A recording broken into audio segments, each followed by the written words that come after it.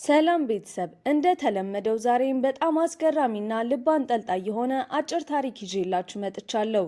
ታሪካችን የሚጀምረው ዝምተኛ በሆነ ምሽት ላይ አንዲት ሴት ባዶ በሆነ መንገድ ላይ ብቻዋን ስትራመድ ሲሆን ከኋላዋ ሰው እየተከተላት መሆኑን ስታውቅ ፈርታ መሮጥ ትጀምራለች።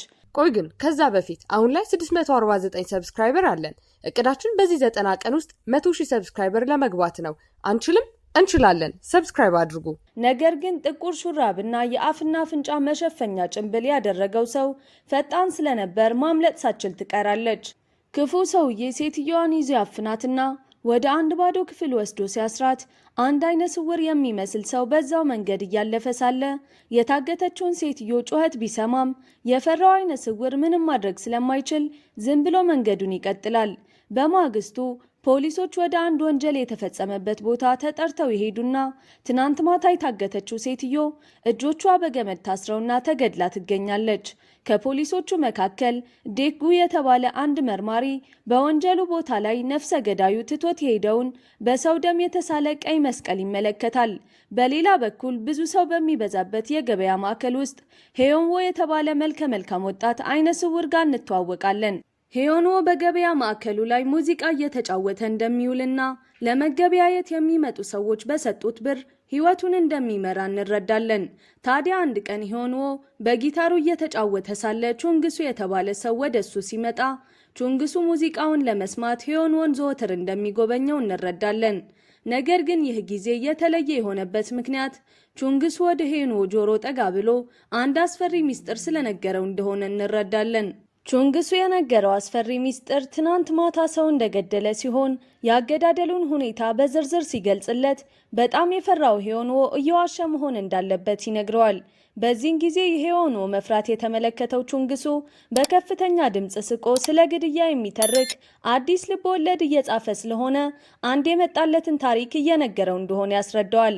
ነገር ግን ቹንግሱ ከሄደ በኋላ ግድያውን እንዴት እንደተገበረው ሲናገር የእውን እንጂ የልብ ወለድ ስለማይመስል ሄዮንዎ መጠርጠር ይጀምራል።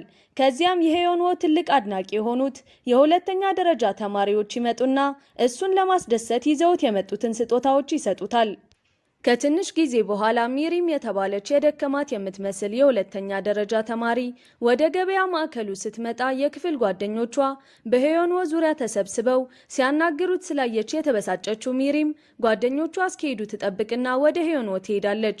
ሚሪም ሄዮንዎን ብዙ ጊዜ እንደምትጎበኘውና ከሱ ጋር የጓደኝነት ያክል ልዩ የሆነ ግንኙነት እንዳላት እንረዳለን። ሚሪም ገና ከመምጣቷ ትናንት ማታ ስለተገደለችው ሴት ዜና ስትነግረው ይህች ሴት ባለፈው ሰክራ ወደ እሱ እንደመጣችና በቅርቡ እንደምታገባ በደስታ እንደነገረችው ታስታውሰዋለች። በዜናውና ቹንግሱ በነገረው ነገር መመሳሰል የደነገጠው ሄዮንዎ በጣም እየመሸ ስለሆነ ወደ ቤቷ እንድትሄድ ለሚሪም ይነግራታል። ነገር ግን በዚህ ጊዜ ሚሪም ልትሄድ ስትል የገበያ ማዕከሉ የጽዳት ሰራተኛ የሚሪምን ፊት ያይና ፊቷ በመጎዳቱ በጣም ይደነግጣል። የጽዳት ሰራተኛው ምን እንደሆነች ሲጠይቃት ሚሪም የውሸት ሳቅ እየሳቀች እንዲሁ ወድቃ እንደሆነ ትነግረዋለች። ከዚያም ሚሪም ከአባቷ ጋር ወደምትኖርበት ትንሽ ቤት ስትሄድ አባቷ ጠጪና ጨካኝ ሰው እንደሆነ እናያለን። ሚሪም ወደ ቤት ስትገባ አባቷ ሰላምታ ከመስጠት ይልቅ ወዲያውኑ ተጨማሪ አልኮል እንድታመጣለት ያዛታል።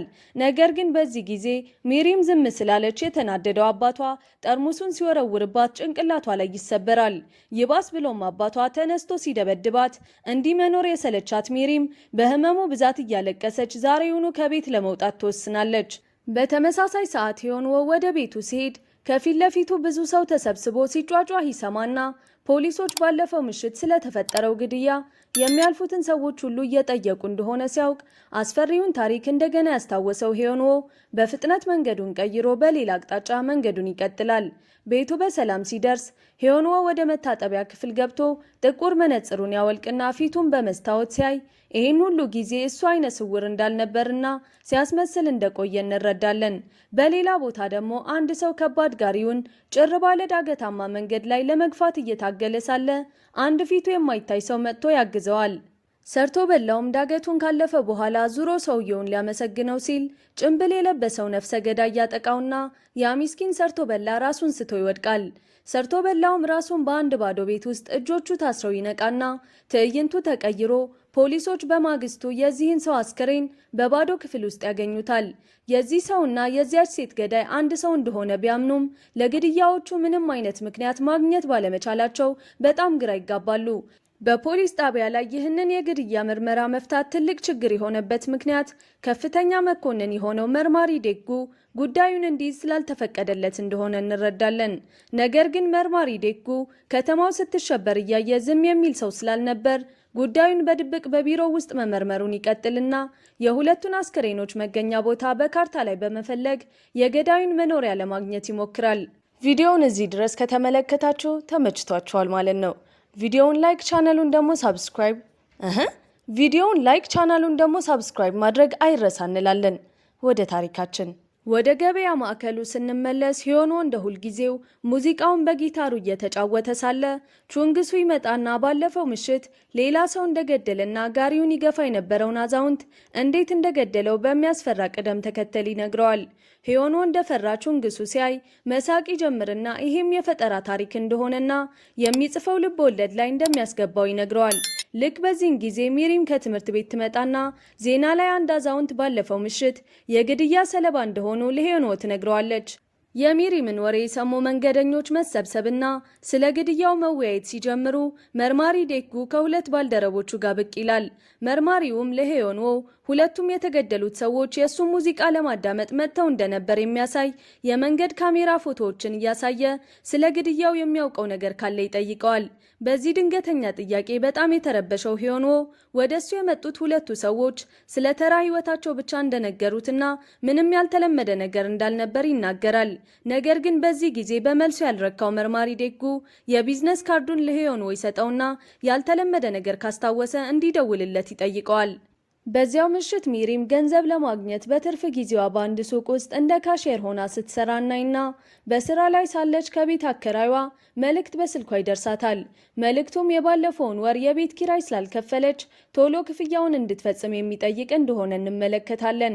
ምን ማድረግ እንዳለባት ግራ የተጋባችው ሚሪም አለቃዋን ገንዘብ እንድታበድራት ለመጠየቅ ብትወስንም በሚያሳዝን ሁኔታ አለቃዋ ምንም ገንዘብ ለማበደር ፈቃደኛ ባለመሆኗ ሚሪም ከስራ በኋላ በጣም ተበሳጭታና ተስፋ ቆርጣ ወደ ቤቷ ትሄዳለች።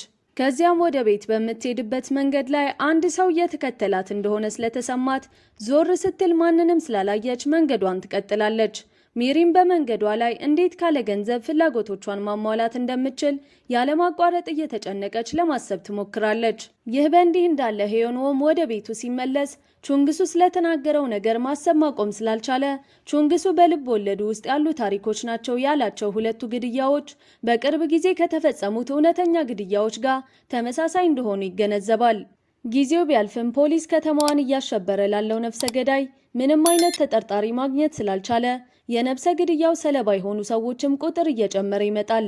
አንድ ቀን መርማሪ ዴጉ ከቡድኑ ጋር ስብሰባ ላይ ያለ አንድ ወጣት ፖሊስ ወደ ክፍሉ ገብቶ የግድያውን ጉዳይ የሚደግፍ ምንም ጠንካራ ማስረጃ ስለሌለ ምርመራው መቆም እንዳለበት ይናገራል። ነገር ግን በድንገት ወደ ጣቢያው ስልክ ይደወልና ደዋዩ ሂዮኖ እንደሆነ እንመለከታለን። ሂዮኖም ስለ ግድያዎቹ ፍንጭ እንዳለው ቢናገርም ለቃሉ ወደ ፖሊስ ጣቢያ እንዲመጣ ሲጠየቅ ግን ወዲያውኑ ስልኩን ይዘጋዋል። በዚህን ጊዜ ጥሪው በመቋረጡ የተበሳጨው ዴጉ ለበታቾቹ ደዋዩ የደወለበትን ቦታ አፈላልገው እንዲያገኙ ያዛቸዋል። ነገር ግን በዚህ ጊዜ ዋና መርማሪ ፖሊስ ዴጉ በማይመለከተው ስራ ላይ ትዕዛዝ መስጠቱ ወጣቱ መርማሪ በጣም ይናደዳል። በዚያው ምሽት ሚሪም ወደ ተከራየችው ቤት ስትሄድ ባለጌዋ አከራይዋ እሷ እስክትመጣ እየጠበቃት መሆኑን ስታይ ላለመግባት ትወስናለች። ሚሪም ወደ ቤቷ ያልገባችበት ምክንያት አከራይዋ ክፈይ ብሎ ብር እንዳይጠይቃት ሳይሆን ባለፈው አከራይዋ ከሱ ጋር ለመተኛት ከተስማማች ያልከፈለችውን የቤት ኪራይ እንደሚተውላት ቃል የገባላትን አስታውሳና ተጸይፋ እንደሆነ ከትውስታዋ እንረዳለን። ሚሪም ባለጌ አከራይዋ ጋር አብሮ ከማደር ጎዳና መውጣትን ትመርጥና በከተማዋ መንገዶች ወክ ለማድረግ ትወስናለች። ከዚያም በመንገዷ ላይ ሂዮኖ ብቻውን ሆኖ ሲጓዝ ታይና ከርቀት እሱን ለመከታተል ትወስናለች። ነገር ግን ማየት የሚችለው ሂዮኖ የሆነ ሰው እየተከታተለው መሆኑን ሲረዳ ያ ነብሰ ገዳይ ዛሬ እሱን ሊገድለው የመጣ ይመስለዋል። ለነብሱ የፈራው ሂዮኖ ቤቱ ጋር ሲደርስ በፍጥነት በሩን ለመዝጋት ቢሞክርም ሚሪም አስቆማ በገበያ ማዕከሉ የሚያውቃት አድናቂው መሆኗን ታስታውሰዋለች። ትነግረዋለች። ነገር ግን በዚህን ጊዜ ሄዮንዎ ፊቷን አይቶ ነብሰ ገዳዩ አለመሆኗን ቢያቅም አይነ ስውር ለመምሰል ግን እንዳላወቃት በሩን ለመዝጋት ይሞክራል። በዚህን ጊዜ ሚሪም እየጮኸች ስሙን ትጣራና አከራይዋ እንዳባረራት ነግራ ሌሊቱን አብራው እንድታደር ስትለምነው በጫጫታው የተረበሹት የሄዮንዎ ጎረቤቶች ወደ ውጭ ይወጣሉ። ልክ በዚያን ጊዜ ግርግር በመፍጠሩ ያፈረው ሄዮንዎ ሚሪም በቤቱ እንድታድር ከመፍቀድ ውጪ ሌላ አማራጭ አልነበረውም። ሚሪም ሚስጥሩን እንዳታውቅ የፈራው ሄዮንዎ በራሱ አፓርታማ ውስጥ አይነ ስውር መስሎ ለመቀጠል ይገደዳል። በዚህን ጊዜ ሚሪም ወደ ቤቱ ስላስገባት አመስግና እሱን ካየችው ከመጀመሪያ ቀን ጀምሮ እንዳፈቀረችው ትነግረዋለች። ደግ ባህሪውና ሙዚቃ በሚጫወትበት ወቅት የሰዎችን ታሪክ ለማዳመጥ ሁሌም ፈቃደኛ መሆኑን እንደምትወድለት ትነግረዋለች። ከዚያም ሚሪም በስሜት ተውጣ ሄዮንዎን ልታቅፈው ስትል ጣቱ በእጇ ላይ ያለ አምባር ጋር ይተሳሰራል። ይህን ሚሪም ስታይ አምባሩ ከእናቷ የተሰጠ ስጦታ እንደሆነና እስክታገባ ድረስ አምባሩን እንዳታወልቀው እናቷ እንደመከረቻት ትነግረዋለች። በቀጣዩ ቀን ፖሊሶች ሄዮንዎ የደወለበትን የመንገድ ስልክ ያገኙና የደወለውን ሰው ለማወቅ በአካባቢው የነበረውን የመንገድ ካሜራ ለመፈተሽ ይወስናሉ። ከዚያም ትዕይንቱ ወደ አንድ ጨለማ የሆነ ክላስ ይቀየርና ጠረጴዛው ላይ ደም ያለባቸው መጋዝና መዶሻዎችን እንመለከታለን። በክፍሉ ግድግዳም የተገደሉት ሰዎች ፎቶ ተለጥፎ እንመለከትና በቀጣይ ላይ እንዲገደል የተፈረደበት ሰው ሚሪም መሆኗን ከፎቶዎቹ እንረዳለን። ሄዮንዎ እንደተለመደው ሙዚቃውን ሲጫወት ወደ ገበያ ማዕከሉ መርማሪ ፖሊሶቹ ይመጡና ትናንት ማታ የደወለላቸው ሰው እሱ መሆኑን እንደሚያውቁ ይነግሩታል። በዚህን ጊዜ ሄዮንዎ ለመካድ ሲሞክር መርማሪ ፖሊሱ አስቁመው የፎቶ ማስረጃ እንዳላቸው ሲነግሩት ሄዮንዎ እውነቱ ከመናገር ውጪ ሌላ አማራጭ እንደሌለው ይረዳል። ከዚያም መርማሪው አይነ ስውር መሆኑን የሚያረጋግጥ መታወቂያ ካለው ይጠይቀውና ሄዮንዎ መታወቂያውን ቢያሳየውም መርማሪው ስላላመነው የእውን አይነ ስውር መሆኑን ለማወቅ በመነጽሩ አሳልፎ ይመለከተዋል። መርማሪዎቹ ከሄዱ በኋላ ቹንግሱ ይመጣና ለምን ከፖሊስ ጋር ሲያወራ እንደነበር ለሄዮንዎ ይጠይቀዋል። በዚህን ጊዜ ለነብሱ የፈራው ሄዮንዎ በማታ ወደ ቤቱ ሲሄድ እንዲጠነቀቅ ብለው እየመከሩት እንደነበር ዋሽቶ ይነግረዋል። በዚህን ጊዜ ቹንግሱ ልብ ወለዱ ላይ የሚገደለውን ሶስተኛ ሰው እንዲገምትለት ለሄዮንዎ ይጠይቀዋል። በዚህን ጊዜ የራሱን ጥያቄ በራሱ መመለስ ይጀምርና ሶስተኛ የሚገደለው ሰው ሴት መሆኗን ለመናገር ወደ አንድ ሴት መጠቆም ይጀምራል። ልክ በዚህን ጊዜ ሄዮንዎ ቹንግሱ ሳያየው ፊቱን ፎቶ ያነሳዋል። ከዚያም ሄዮንዎ ወደ ቤቱ ሲመለስ አሁንም ሚሪም በቤቱ እንዳለች ያስተውልና ወደ ቤቷ እንድትሄድ ይነግራታል። ሚሪም ግን ከመሄዷ በፊት አንድ የተሰቀለ ፎቶ ታነሳና የሁለቱ መንታ ወንድሞች ታሪክ ምን እንደሆነ ስትጠይቅ መልስ ስላላገኘች የሄዮንዎን ጉንጭ ስማ ወደ ቤቷ መሄድ ትጀምራለች። ሄዮንዎም ሚሪም ከሄደች በኋላ የመንታ ወንድሙንና የሱን ፎቶ ሲያያዘን ይመስላል።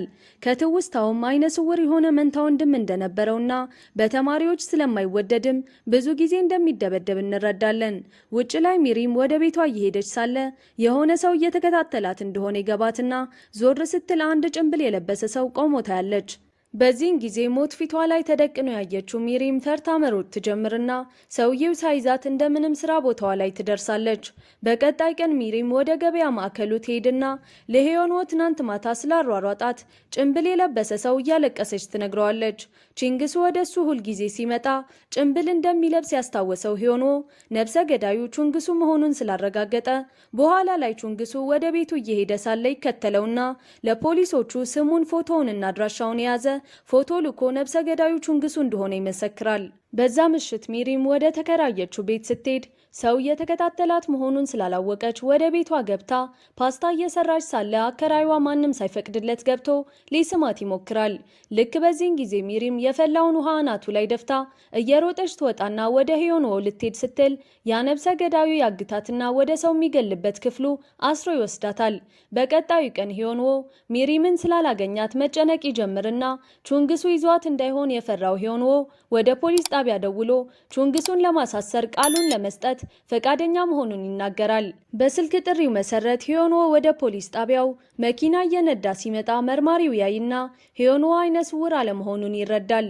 በዚህን ጊዜ መርማሪው ተናዶ አካል ጉዳተኛ ሳይሆን የአካል ጉዳተኛ መታወቂያ ይዞ በመገኘቱ ወደ ፖሊስ ጣቢያ ይወስደውና ለምን እንደ አይነ ስውር መኖር እንደፈለገ ይጠይቀዋል። በዚህን ጊዜም አይነ ስውር የሆነ መንታ ወንድም እንደነበረው በአንድ ወላጅ ለሌላቸው ልጆች ማሳደጊያ ተቋም ውስጥ እንዳደጉ ይነግረዋል። ነገር ግን አንድ ቀን መንታ ወንድሙ ጋር መነጽሩን ተቀያይሮ ሳለ ወንድሙ የሚኖርበት ህፃናት ማሳደጊያ ተቋም ህፃናትን እየገደለ የአካል ክፍላቸውን እንደሚሸጥ ስላወቀ የማሳደጊያ ተቋሙ ባለቤት ሄዮኑ አይነ ስውሩ መስሏቸው እሱን ወደ ሌላ ቦታ እንደላኩትና ወንድሙን ግን ክፉኛ ደብድበው በህመሙ ምክንያት ራሱን እንዲያጠፋ እንዳደረጉት ለፖሊሱ ሄዮኑ ይነግረዋል። በዚህን ጊዜ ፖሊሱ ታሪኩን ሲሰማ አዝኖ እንዳይነ ስውር የሚኖረው አይን እንዳለው ያሳደጉት የማደጎ ተቋም ካወቀ እንዳይገለው እንደሆነ ይረዳል። በዚህን ጊዜ ፖሊሱ የማደጎው ተቋም ባለቤቷ ህፃናትን በመግደል ተከሳ እንደታሰረች ይነግረዋል። ነገር ግን በድንገት ቹንግሱ ወደ ፖሊስ ጣቢያ መጥቶ እጁን ይሰጥና ከተማውን ሲያሸብር የነበረው ነፍሰ ገዳይ እሱ እንደሆነ ያምናል። በዚህን ጊዜ ፖሊስ ወዲያውኑ በቁጥጥር ስር ያውለውና ዜናው በቴሌቪዥን ተሰራጭቶ የእውነተኛው ነፍሰ ገዳይ ጆሮ ጋር ይደርሳል። ይህ በእንዲህ እንዳለ ሚሪም ታግታ ሳለ እንደምንም ራሷን ነጻ አድርጋ ለማምለጥ ብትሞክርም ሰውየው እንደገና ይዞ ያስገባትና በሰንሰለት ያስራታል። በዚህ ጊዜ ከፖሊስ ጣቢያ የወጣው ሄዮንዎ ቹንግሱ እስከዛሬ ግድያዎቹን እያየ እንጂ እየተገበረ እንዳልነበር ሲገባ ወዲያውኑ ግድያዎቹን ሊፈጽም የሚችል የቹንግሱ ጓደኛ ማፈላለግ ይጀምራል። እውነተኛ ነፍሰ ገዳዩ ማን ሊሆን እንደሚችል እያሰበ ሳለ ድንገት የሚሪም ስልክ የገበያ ማዕከሉ ሰራተኛ እየገፋ ሲወስደው ያይና በጣም ይደነግጣል። የጽዳት ሰራተኛውን ቀስ ብሎ ይከተለውና በድብቅ ወደ መኪናው ይገባል። ወደ ውስጥ ከገባ በኋላ እዚያ የተደበቀ አስከሬን ሲያገኝ በጣም ቢደነግጥም ራሱን እንደምንም አደፋፍሮ አስከሬኑ ጋር ይደበቅና እስከ ቤቱ ድረስ ይሄዳል።